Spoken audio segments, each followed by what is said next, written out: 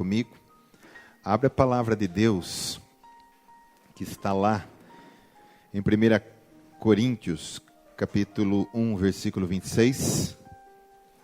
A palavra de Deus diz assim: Irmãos, reparai, pois, na vossa vocação, visto que não foram chamados muitos sábios segundo a carne, nem muitos poderosos, nem muitos de nobre nascimento. Pelo contrário, Deus escolheu as coisas loucas do mundo para envergonhar os sábios, e escolheu as coisas fracas do mundo para envergonhar as fortes. E Deus escolheu as coisas humildes do mundo, e as desprezadas, e aquelas que não são, para reduzir a nada as que são, a fim de que ninguém se vanglorie na presença de Deus. Amém. Obrigado, Senhor, por essa palavra. Venha tocar em nós como uma espada afiada. Em nome de Jesus. Venha marcar o nosso coração, venha cicatrizar. Venha, Senhor, marcar. Venha marcar o nosso coração com a palavra poderosa. Que nós possamos nessa manhã entender a Tua palavra. Que nós possamos nessa manhã ser nutridos por essa palavra em nome de Jesus. Amém. Glória a Deus. Pode se sentar.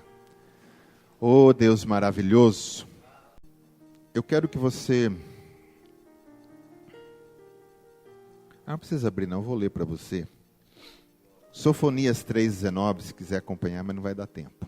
Só para juntar com essa 1 Coríntios 1,26...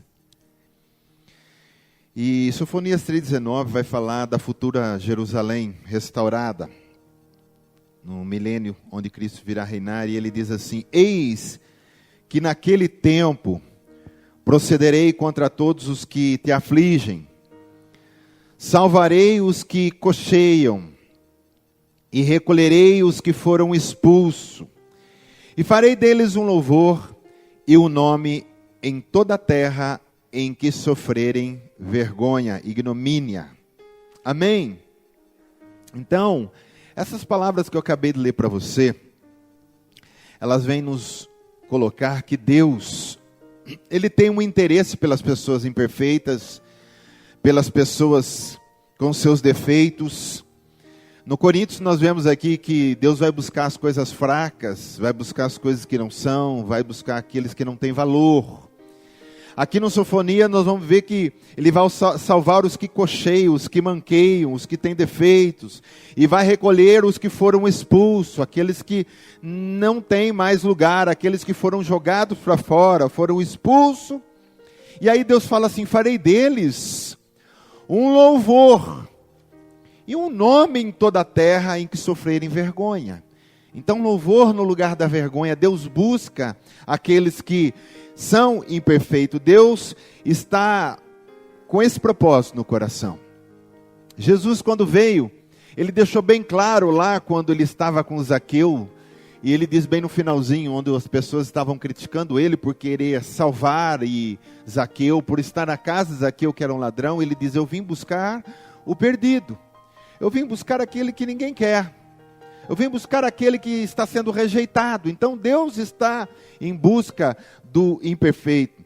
E os homens têm tentado esconder-se de Deus e têm tentado esconder sua imperfeição.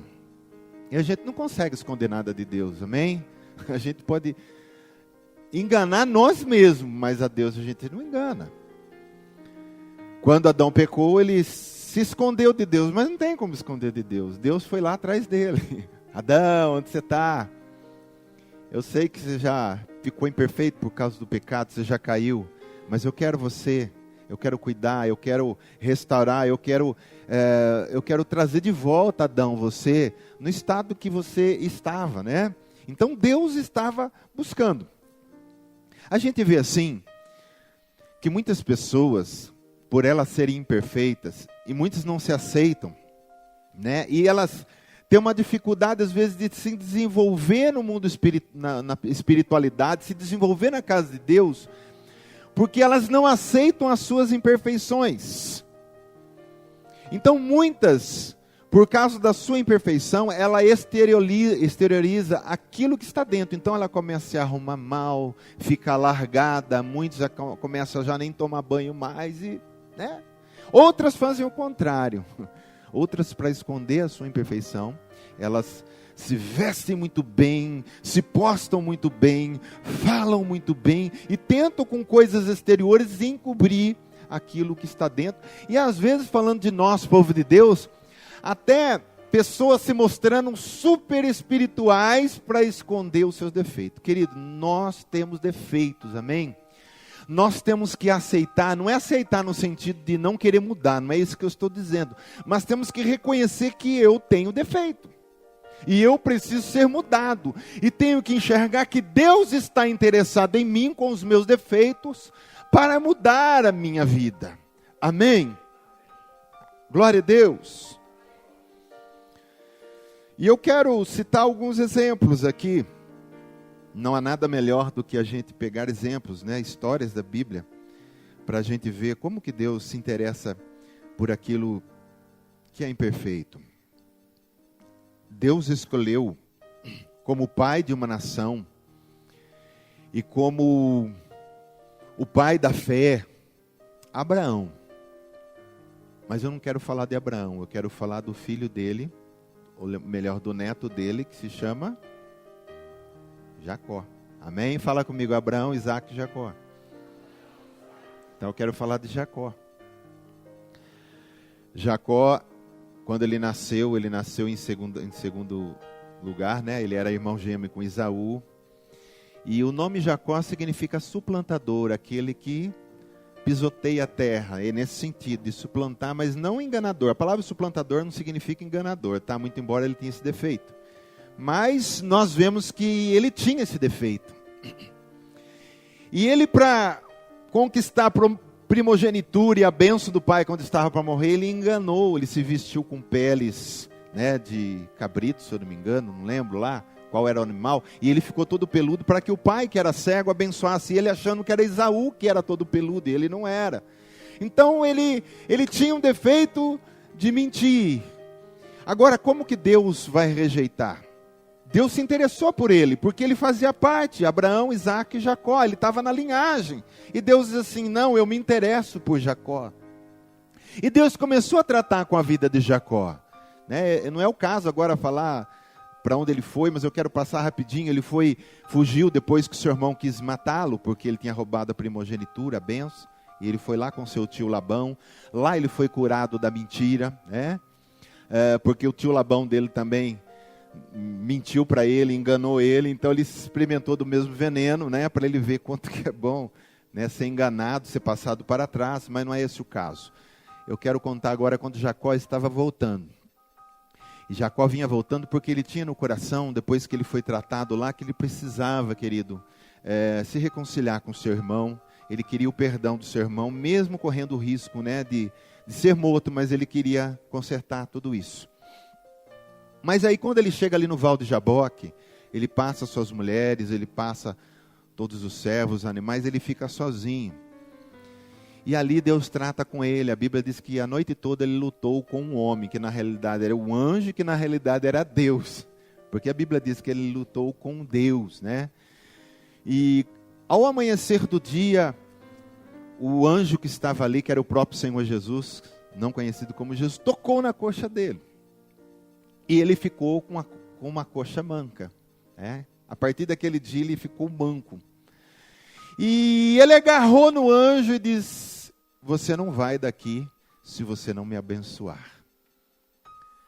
Então, o importante é a gente saber assim que, mesmo nós com todos os nossos defeitos, nós temos que nos agarrar em Deus e dizer, Deus, não me abandone nos meus defeitos, me abençoa. Toca na minha vida, muda aquilo que eu sou. E naquele vale, querido, ele foi tocado. E Deus mudou o nome dele de suplantador para Israel, aquele que luta com Deus como um príncipe. Aquele que luta com Deus para requerer um toque de Deus na sua imperfeição é chamado de príncipe, querido. E é isso que nós temos que ser, amém?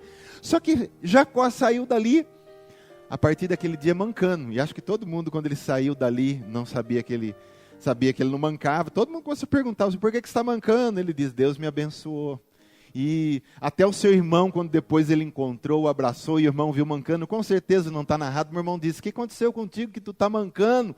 Então ficou um testemunho de Jacó para todo mundo, que Deus o abençoou na sua imperfeição. Saí mancando, mas saí imperfeito, né, no sentido mancando, mas eu tenho a bênção de Deus. Sou imperfeito, ainda não cheguei lá, mas tenho a bênção de Deus. Amém? E nós somos os Jacós de hoje. Nós, queridos, sabemos que temos imperfeições, não vamos escondê-las, mas vamos pedir para Deus tratar com a gente. Vamos pedir para Deus tocar naquele lugar, para que a gente fique abençoado naquela área. Amém? E nós vemos outra pessoa na Bíblia, que é o Mefibosete. Quem que era Mefibosete? Aliás, quem vai ter filho aí, é um nome bonito para colocar. Não coloca não, irmã. Não faz isso. A Dani está esperando bebezinho aí, né? Mefibosete. Mefibosete, ele era filho de Jonatas, que era filho de Saul, o primeiro rei. Só que Davi, ele tinha um amor tão grande por Jonatas, né? Eles eram muito amigos e fizeram até uma aliança os dois. Só que Jonatas numa guerra morreu. E Jonatas tinha um filho chamado Mefibosete. Só que por causa de Saul ter feito algumas coisas erradas lá, alguns dos seus filhos foram mortos também. Então Mefibosete sobrou. Mefibosete era um homem que tinha os 2 pés coxos, né? Ele era coxo dos 2 pés. Só que como ele foi filho de Saul, querido, ele tinha direito de requerer terras que era do seu pai. Só que ele, com a sua imperfeição, acredito até com o seu defeito físico e tudo mais, ele abriu mão e deixou para lá, sabe, pessoa assim, eu não quero, deixa, eu sou imperfeito, meu pai era imperfeito, eu tenho defeito físico, deixa para lá. E ele tinha uma herança.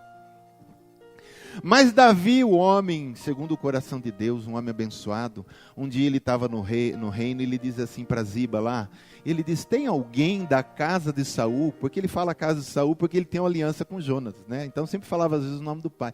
Tem alguém da casa de Saul em que eu possa exercer a minha bondade? E Ziba foi procurar e disse, tem o Mefibosete. Ele é coxo dos 2 pés e está lá morando em Lodebar.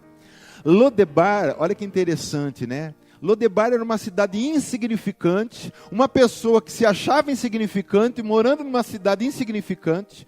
O nome dessa cidade significa sem pasto, quer dizer, ele tinha até o nome da cidade, não ajudava onde ele morava.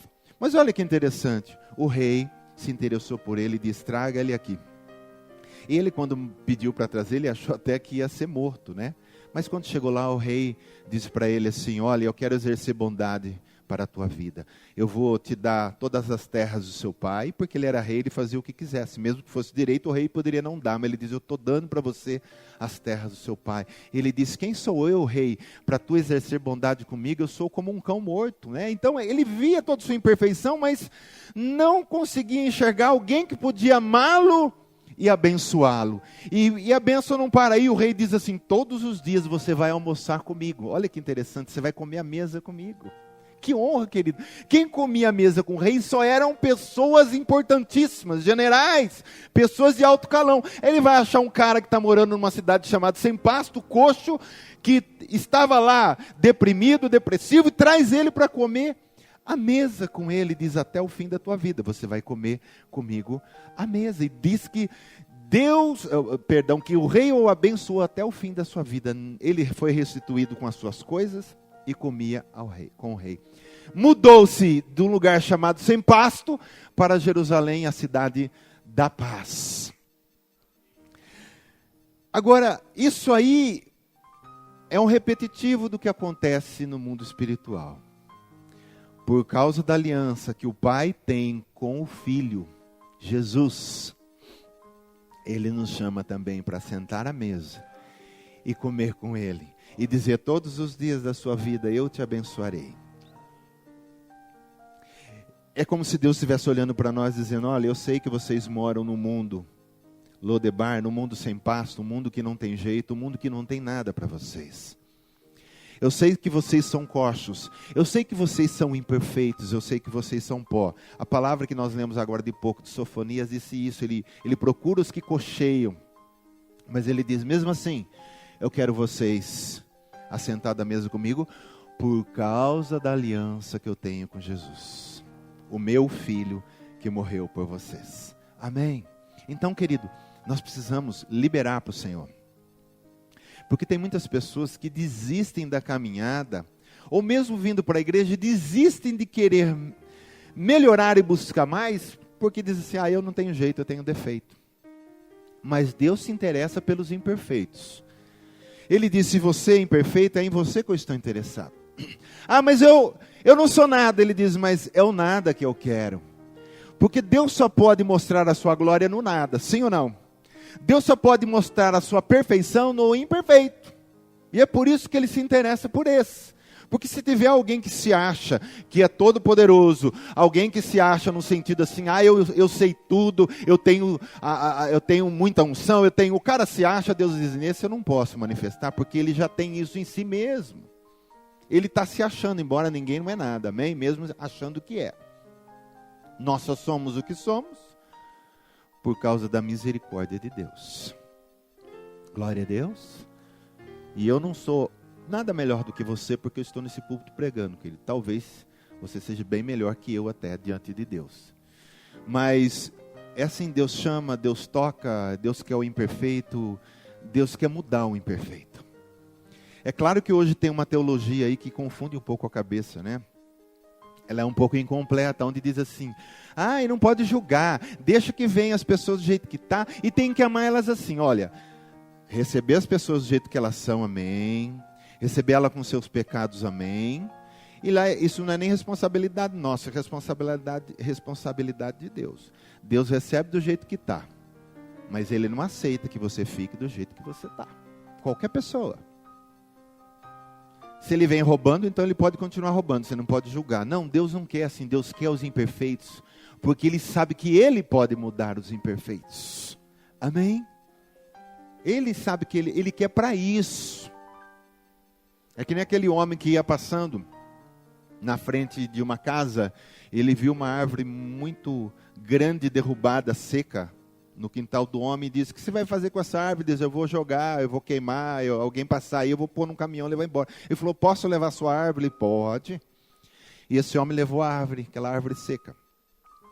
E depois de muito tempo, esse homem que deu essa árvore seca, ele estava passando num lugar onde tinha uma exposição, e ele viu uma escultura muito, mas muito linda e perfeita numa madeira, envernizada, e ele achou aquilo lindo, com um preço muito alto de venda. E quando ele olha do lado, quem estava ali? Aquele homem que pediu a árvore seca. Para o dono daquela casa não tinha valor nenhum aquela árvore. Para o escultor, ele diz, olha, é nessa árvore seca que eu vou fazer uma obra-prima. E é isso que Deus quer nos levar, querido. Que Ele quer nos aperfeiçoar. Ontem nós estávamos aprendendo na escola bíblica que Deus quer mudar o nosso caráter, Ele quer que a nossa imagem, diz que Ele nos predestinou conforme a imagem do Seu Filho. Então qual que é o nosso destino? Ser a imagem do Seu Filho, Jesus. Diz para quem está do teu lado, o seu destino é ser a imagem de Jesus. Ó querido, você vai chegar lá e eu vou chegar lá, viu? Se não em vida, porque eu acredito que em vida a gente não chega no 100%, mas quando estivermos lá. Não estou dizendo que nós vamos ter ser Deus como Jesus é, não é isso, mas nós vamos ser perfeitos como Jesus é. E isso nós podemos ser lá no céu, amém? Perfeitos. E é isso que Deus quer fazer com a gente. Só que para levar ao perfeito, Deus vai escolher os imperfeitos. Então, não se preocupe com a sua imperfeição, não se preocupe, porque eu não sou, porque eu não tenho, quem sou eu? Querido, você é aquele que Deus escolheu. Amém? Eu sei que nós em nós mesmos não temos valor, mas Ele enxerga valor em nós, não porque somos bons, mas porque Ele sabe aonde que Ele pode nos levar. Você pega lá, por exemplo, um diamante bruto, é uma coisa tão feia o diamante bruto, não tem muita beleza, mas dá na mão lapidador, perdão, não é esculpidor. Dá na mão o diamante bruto de um lapidador e depois de um tempo ele entrega na sua mão para você ver o quanto vai valer aquilo. A gente vê que uma porcarinha lá, querido, uma bolinha assim, é um horror o preço de um diamante, sim ou não? As mulheres aí quando chegam no aniversário de casamento, elas ficam doidas para receber alguma coisa com diamante, mas Ai, meu pai, misericórdia, não dá, né? Às vezes vai zircônia mesmo, strass, né? Então, uma pedrinha de strass, nossa, meu pai, uma aliança com uma pedrinha de strass em cima, capaz de acabar o casamento. Melhor às vezes nem dá, né? Mas vale tanto, querido. Vale tanto. E Deus pode fazer isso. E Deus sabe fazer isso. Amém? O diabo, ele achou porque ele ia enfiar o pecado no homem, e o homem ficou todo deformado, e ele achou que Deus não tinha capacidade de consertar a coisa. E Deus diz, ó, eu que fiz essa máquina, eu que fiz essa criatura, eu que fiz, eu sei como conserta. Querido, ninguém mais do que aquele que fez, que sabe consertar. Quando alguém projeta um carro, projeta uma máquina, qualquer coisa, por exemplo, esse ar-condicionado que está aí, quem projetou, sabe consertar. Se um dia der um defeito, você diz, agora eu quero ver. Ele diz, cara, fui eu que fiz, deixa comigo, eu sei aonde está o problema. Eu sei como faz, eu sei como troca a peça. Entendeu? Então Deus sabe. O diabo foi lá, ele fez aquilo que ele sabe fazer, destruir, matar, roubar. Deus diz, espera aí que eu conserto essa coisa, deixa comigo. Ele enviou Jesus para que houvesse conserto em nós. Então, tem um lapidador que mora dentro de você, querido. E ele está interessado na sua imperfeição. Ele vai fazer de você uma obra-prima. Amém? Diz para quem está do teu lado, Jesus vai fazer de você uma obra-prima. Amém? Você crê nisso? Eu sei que ele tem poder para isso.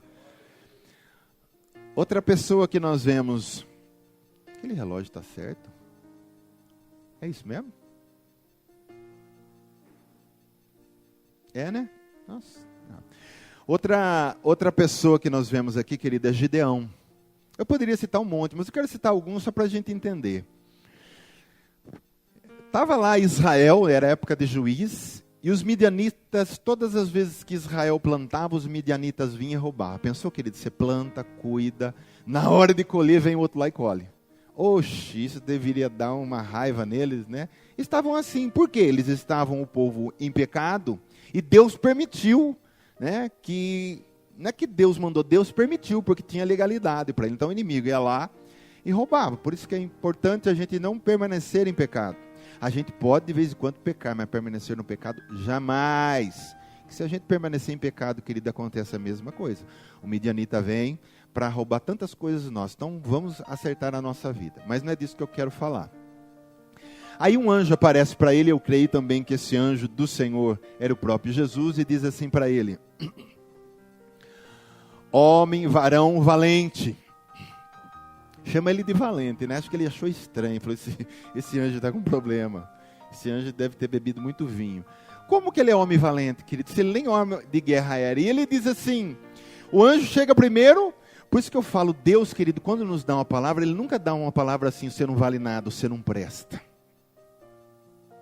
O diabo, ele tem sugestionado isso em nossas vidas. E ele não diz na terceira pessoa, eu estou dizendo você não presta. Ele diz na primeira, como se fosse você dizendo. Por isso que nós temos que ter muita palavra, muita oração, muita sensibilidade para saber de quem é a voz que está falando, né? Então ele sempre vai dizer na primeira pessoa, eu não presto. Eu não valo nada. Eu não tenho jeito. Só que quando Deus fala, Ele nunca fala isso. Jesus não olhou para Zaqueu e disse, você é ladrão, você não presta, você vai para o inferno. Ele diz, aqui eu desço que eu preciso ficar na sua casa. É como se ele estivesse dizendo, você tem valor sim, você presta para alguma coisa, eu quero até ficar na sua casa. Você entendeu? Mas Deus, quando fala para a gente, Ele sempre vai falar uma palavra assim, homem valente. Você está morrendo de medo das coisas, Ele fala assim, homem corajoso, estou contigo, você tem valor. Amém? Tem até aquela música antiga, né? O meu vai lembrar dela. Você tem um valor, o Espírito Santo se move em você. Por quê, querido? Tem valor. Isso não é motivacional que eu estou falando, só para você se achar, não é nesse sentido. Eu só estou querendo dizer que Deus nunca tem uma palavra para te derrubar. A palavra de Deus sempre é para te levantar. Aí o anjo aparece para o cara mais pobre daquela tribo, e aparece para o mais novo, quer dizer, numa família nunca se escolhia o mais novo, sempre era o mais velho. Então Deus parece que vai tudo inverso, Ele escolhe o mais pobre. Como que um cara pobre quando eu digo é pobre mesmo, querido, pé rapado. Como que um pobre pode ser levantado numa nação? Olha lá, para ser guerreiro, líder e libertador. Mas o anjo chega, homem valente, varão valoroso. Tipo assim, você não é pobre não, cara, você tem valor. Você é valente, sim. Aí ele diz, Senhor, mas eu sou mais pobre, né, da minha tribo, eu sou mais novo. E o anjo insiste com ele. E ele vai, querido. Ele vai naquela força. Ele vai naquela fé no que o anjo tinha falado, que é da vitória. E com 300 homens apenas, ele faz com que um exército todo seja confundido e destruído. Se alguém falasse isso antes de saber o resultado, dizia, jamais Gideão vai vencer. É o mais pobre, esse cara não sabe nada de guerra. Se alguém contasse antes que um cara que cuidava de ovelha todo dia no meio do mato, se enfiado, ia ser o maior rei de toda a história, viu, querido? O maior rei de toda a história. Ninguém ia acreditar. Davi tinha defeito muitos, fez pecados terríveis, mas olha o que Deus diz para ele. Deus chama ele o que? Homem segundo o meu coração. Esse cara tem jeito, esse cara tem um coração que se arrepende, esse cara, ele gosta de mim, ele não fica sem mim. Ele diz lá no Salmo 51, não tira de mim o teu espírito. Aí ele vai dizer no outro salmo, mais vale um dia na casa do Senhor do que 1000 em outros lugares. Ele diz, o pardal encontrou casa, a andorinha ninho para si. Eu encontrei teus altares, Senhor. Com todo o defeito que ele tinha, mas ele tinha uma coisa, ele gostava de se apegar em Deus. Ele amava a presença de Deus. Então, querido, eu e você imperfeitos, não importa o quanto defeito nós temos e quanto tempo arrumar, mas uma coisa nós temos que ter esse coração de Davi, de querer Deus, de se apegar em Deus, independente dos nossos defeitos, sabendo que Ele pode mudar a nossa vida. Como tratou com Davi, fez de Davi o que ele queria fazer, levou até o reinado, foi mudando o coração dele, querido, Davi ficou uma bênção. Davi ficou uma benção. Nós poderíamos citar tantos homens que Deus escolheu. Você pode ver, Deus sempre escolhe aqueles que não são. Então, se você se sente assim, ai, quem sou eu? Ah, imperfeito, querido, Deus está interessado em fazer de você algo muito bonito, algo muito, um vaso de muita utilidade para eles. Como a Bíblia diz lá no Novo Testamento, vaso de honra. Amém? A Bíblia diz que numa casa, Paulo está dizendo lá, tem vasos de honra e vasos de desonra. E quando a gente fala vaso de desonra, o que você lembra? Tem um vaso lá que é de desonra, sim ou não? Mas serve, né, se a gente não tiver ele também. Mas o que Deus está querendo dizer nesse versículo? Porque ele vai falar ali que os vasos de honra numa casa são aqueles que deixam Deus tratar. Vasos de desonra são aqueles que não deixam Deus tratar. Então não importa, querido, os defeitos que você tem, se você estiver na mão de Deus e deixar Ele tratar com você, você é vaso de honra para Ele. Porque você está deixando Deus mudar a sua vida. E o mais difícil hoje é mudar. As pessoas mudam, mas mudam sempre para pior. Mas para melhor as pessoas não têm deixado Deus tratar. É como aquela criança que não quer que toca na ferida. É como aquele doente que vai no hospital, mas não quer tomar injeção. Ele vai com uma cirurgia para ser feita, mas ele não quer que corta ele, então fica difícil. Fica difícil. Estava lá, quando o meu pai operou do coração, eu estava lá visitando meu pai, e tinha uma senhora do lado ali, com o filho dela do lado, e estava tendo uma discussão ali, não tinha como não ouvir, estava perto, né? E aí veio o médico lá e disse para o filho dela assim, ó, é o seguinte, se ela quiser ir embora, é só pedir para ela assinar um papel aí, ela vai embora, eu não me responsabilizo, ele dizia. Por quê? Ela não deixava as enfermeiras mexer nela. Precisava fazer as coisas, precisava preparar ela, precisava de injeção, e ela brigava com as enfermeiras, ela brigou com as enfermeiras, xingou as enfermeiras. Então o médico diz, olha, se ela não quiser, falando para o filho, fala para ela então, porque ela estava ali também resmungando, né? Ela não parava de falar, fala para ela assinar. E aí eu não me responsabilizo. Então, querido, muitas vezes é assim, Deus quer tratar, a gente não quer ser mudado. Tem gente que usa uma desculpa, isso é psicológico, só para enganar ela mesma, dizendo, eu sou assim mesmo, vou continuar assim, Deus tem misericórdia de mim, Ele sabe que eu... Querido, não é só para ela continuar no pecado que ela gosta. É só para ela continuar bebendo o que ela gosta, fazendo o que ela gosta, escutando o que ela gosta. E diz, eu sou assim, Deus sabe que eu sou imperfeito. Deus sabe, mas ela também sabe que Deus quer mudar, mas ela não deixa Deus mudar. Amém? A igreja, ela precisa de mudança. A noiva, quando ela vem para o Senhor, ela vem toda feia, toda suja, pele toda ressecada, as vestes toda maltrapilha, cabelo precisando de de uma escova progressiva, de um shampoo usado, sei lá os nomes que vocês usam aí, né? O Espírito Santo está dizendo, olha, precisamos mudar você. Já viu muitas vezes que tem uns quadros na televisão? É bonito isso aí, mas só que às vezes não continua, né? Eles tiram o mendigo da rua, uma mulher tudo feia, eles dão um banho, eles dão um trato, você bota a pessoa, você fala, nossa, não é o mesmo. O que aconteceu?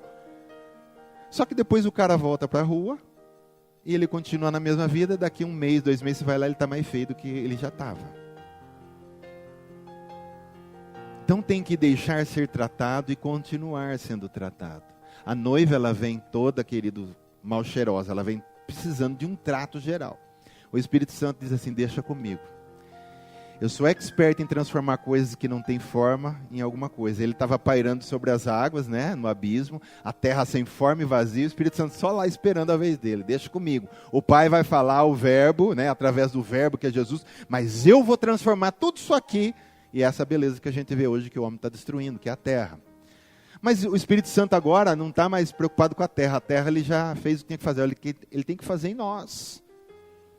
Então o Espírito Santo também paira sobre as nossas vidas, sem forma e vazios, mas ele quer trazer um sentido para nós. Então vamos deixar o Espírito Santo tocar. É muito bonito a gente cantar, quebra a minha vida e faz de novo, sei lá, aquela música. Mas na hora que vai quebrar, e aí? Na hora que vai amassar, será que a gente deixa? A gente fala, não, para, está doendo. Querido, dói mesmo, nós temos que mudar o nosso caráter. Tem que mudar a nossa vida. Amém? Jesus está buscando os imperfeitos, mas os imperfeitos assumidos. Porque os imperfeitos que não são assumidos, eles nem aceitam que eles são imperfeitos. Mas um imperfeito assumido que diz, eu sou, Senhor, tu sabes, mas eu quero ser mudado. Muda a minha vida e faz-me de novo. Eu quero ser um vaso novo. Amém? O que importa, querido, não é se somos perfeitos, mas é como eu estava falando do coração de Davi, mas se eu amo o Senhor. Pedro era o pior do grupo. Eu creio que Pedro era o pior do grupo. Jesus tinha uma gangue muito grande que seguia ele. Não eram só os 12, tá? Eram bastante. Uma vez ele mandou 70 discípulos, mas tinha muito mais. Ele tinha uma gangue muito grande. Mas é aquela coisa, tem os 70, que tem os 12, depois tinha os 3 mais chegados ainda, que quando eram coisas bem específicas, Deus se chamava os 3. Mas desses 3, que eram os mais chegados, Pedro, meu querido, nem sei o que estava fazendo ali. Ele só dava nota fora. Pensa num cara que, se fosse chamado para um time de futebol, era aquele que, quando ele está de frente com o gol, vai bater o pênalti, ele chutava fora. Ele só chutava fora. Só que Pedro, com todo o seu defeito, ele tinha uma coisa que é o que estou falando, que Davi tinha. Ele amava o Senhor. Ele amava o Senhor. Por isso que é até estranho quando Jesus disse assim para ele antes de ser crucificado, quando você se converter, cuida dos seus irmãos. Acho que ele ficou até um pouco ofendido. Eu me converter, Senhor? O Senhor não sabe o que o Senhor está falando, né? Ele tinha o defeito dele, querido, ele era tirado. E só dava nota fora. Por isso que na igreja, querido, todos nós chegamos aqui, e às vezes a gente tem que ser tratado por Deus. A gente chega chutando fora o tempo todo, mas o Espírito Santo vai lá, é assim que chuta, vai comigo, faz assim, chuta com essa parte do pé, vai lá, e você vai indo, falou, agora faz assado, faz esse exercício, vai melhorando o seu chute, você vai acertando. Então quando a gente chega para a casa de Deus, a nossa maior preocupação, Senhor, muda a minha vida. Porque tem gente que chega na igreja, Aqui é pequeno, mas igreja grande, o cara olha lá, puxa, eu quero tocar lá, eu quero pregar, eu quero... Cara, você tem que chegar na igreja, você tem que ser primeiro transformado. Não é? A gente precisa ser transformado. Aí Pedro, querido, ele tinha esse defeito. Aí quando Jesus morre, ressuscita, e Pedro estava lá pescando, ele voltou para a sua rotina, né, pescar. Mas Jesus tinha uma promessa, vai para o lado da Galileia, que eu vou. Ele estava em Jerusalém, foi para a Galileia. A Galileia era o lugar onde ele pescava, então ele foi pescar. E estava a uns 100 metros longe da borda, ele viu alguém lá. Tem alguém lá, na praia. João, como era, por isso que eu digo, quem ama mais é revelado mais. Quem que descobriu que era Jesus? Foi Pedro? Não, foi João. João, aquele que reclinou sobre o peito de Jesus, aquele que era chamado apóstolo do amor. Ele olha e diz, é Jesus! Aí Pedro diz que se veste, né? Ele devia estar pescando bem à vontade, mergulha e sai nadando. E vai ao encontro do Senhor. Você vê que o coração dele, com todos os seus defeitos, ele amava muito o Senhor. Porque, querido, ele não esperou nem o barco chegar. Ele foi o primeiro que pulou. Por isso que eu disse que ele era o atirado, mas ele amava mais. Ele errava mais, mas ele amava mais também. E ele foi nadou, chegou lá. Quando chega lá, Jesus fala o que para ele, querido? O que Jesus pergunta para ele? Rapaz, você me negou 3 vezes, que vergonha, hein? Isso porque você falou que ia até morrer por mim, mas você negou, rapaz. Jesus falou assim para ele. Olha que interessante, o que Jesus vai falar para ele? Por isso que eu falo interessante, se você ama, querido, não os defeitos que você tem. Jesus sempre está perguntando para nós assim, você continua me amando? Você quer seguir comigo? Você ama o meu ministério? Você ama o meu reino? Você ama a minha palavra? Você ama a minha presença? É isso que ele está sempre perguntando para nós. E nunca tacando na nossa cara, ó, eu sei os seus defeitos, hein, cara, ó, essa semana você fez aquilo. E Jesus não faz isso. Ele pergunta para Pedro assim, ele não fala da maior burrada que Pedro fez de negar ele 3 vezes. Mas ele pergunta, Pedro, tu me amas? Ele diz, Senhor, eu te amo. Aí ele pergunta a segunda vez, Pedro, mas tu me amas? Aquilo foi incomodando, ele tinha que redimir, né? As 3 vezes que ele negou, agora Jesus pergunta para ele 3 vezes, tu me amas? Mas Jesus sabia que ele amava, tá? É só para reforçar para ele que o importante, Pedro, é que você me ama, não importa o que você fez. Deixa para lá, isso aí já passou. Aí pergunta a 3ª vez, Pedro, tu me amas? Ele chora e diz, Senhor, tu sabes que eu te amo. Então apacenta as minhas ovelhas. É como se estivesse dizendo assim, Pedro, para você apacentar as minhas ovelhas, eu não quero você perfeito, eu sei que você não vai conseguir chegar lá. Mas a primeira coisa que eu quero é que você me ama. Me ama! Então apacenta as minhas ovelhas. Porque não pode, querido, apacentar quem não ama o Senhor. Se você não consegue amar o Senhor, você não consegue apacentar ninguém, você não consegue cuidar de ninguém. A gente fala assim, o reino de Deus está aí, e eu tenho que evangelizar, amar as pessoas. Amém, mas só se você não ama o Senhor, você não consegue fazer isso. Não adianta você ir com técnicas, com coisas. Não adianta, se você não ama o Senhor, as pessoas não vão sentir o amor de Jesus em você, e elas não vão aceitar o que você está falando, nem o que você está querendo fazer por elas. Mas se você ama o Senhor, quando você olha para uma pessoa, ela vai sentir Jesus olhando para ela. Quando você abraça uma pessoa, a pessoa vai sentir o abraço de Jesus. Porque você ama Jesus. E os seus defeitos não vai interferir nada disso. Deus flui em você. Mas a cada dia Ele está nos aperfeiçoando, viu? Amém, querido? Diz para quem está do teu lado assim, imperfeito. Fala meio bravo com ele, diz imperfeito. Jesus te deseja. Apenas o ame. Amém, querido? Olha que palavra flash, de flash hoje. Então vamos ter isso no nosso coração. Nós precisamos ser mudados. Nós precisamos ser renovados. Nós precisamos que Jesus vai trocando de nós o coração de pedra, botando de carne. O mais importante é ser sensível, tá? O maior defeito que tem na vida de uma pessoa é ela não querer que Deus a mude. Esse é o maior defeito. Agora, enquanto ela é imperfeita, mas ela ama o Senhor e está à disposição do Espírito, Deus está no jeito certinho do que Deus quer fazer. Amém? Deixa Deus tocar, deixa Deus mexer, deixa Deus arrancar o que tem que arrancar, viu? Deixa Deus também plantar o que tem que ser plantado. A terra tem que ser mexida, a terra tem que ser arada. Você sabia que na realidade, quando um trator está arando a terra, ele está ferindo a terra. Não sei se você sabe disso, ele está cortando a terra. Eu trabalhei muito. Quando meu pai ia plantar, ele dava o trator para mim, eu que preparava a terra, né? Então eu vinha primeiro com o arado, que são aqueles três círculos que vem lá. Aquele entrava na terra e ia jogando tudo para cima, revirava. Aquilo corta a terra.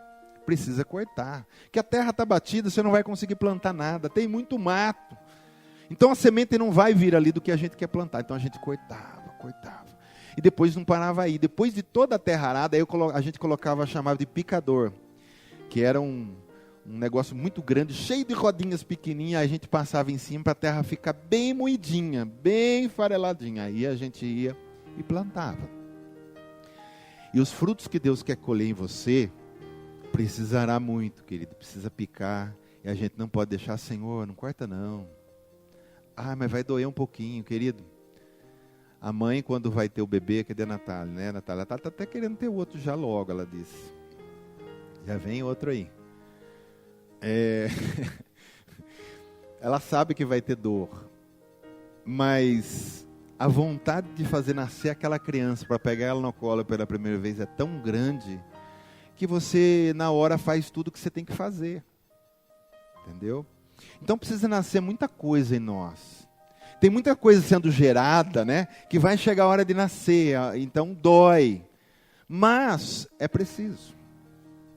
A Bíblia diz que antes de Jesus instalar o milênio aqui na terra, que são os 1000 anos de governo de paz dele, e isso não aconteceu, tem que vir primeiro as dores de parto. Jesus mesmo fala, olha, vai ter guerra, isso, aquilo, mas isso é só o princípio, é as dores de parto. Para quê? Vinha aquele extremo de coisa que parece que está dando tudo errado, o mundo vai acabar e Jesus aparece. Não vai, não. Estou vindo aqui para instalar um milênio de paz. Tudo vai ficar sob controle. Então, na nossa vida, acontecem muitas essas coisas que parece que tudo vai acabar. Agora não Deus, é Jesus. Dá sim, eu estou com você. Estou com você. Era dores de parto, agora está nascendo. Pode descansar. Amém, querido? Vamos nos colocar em pé? Oh, Deus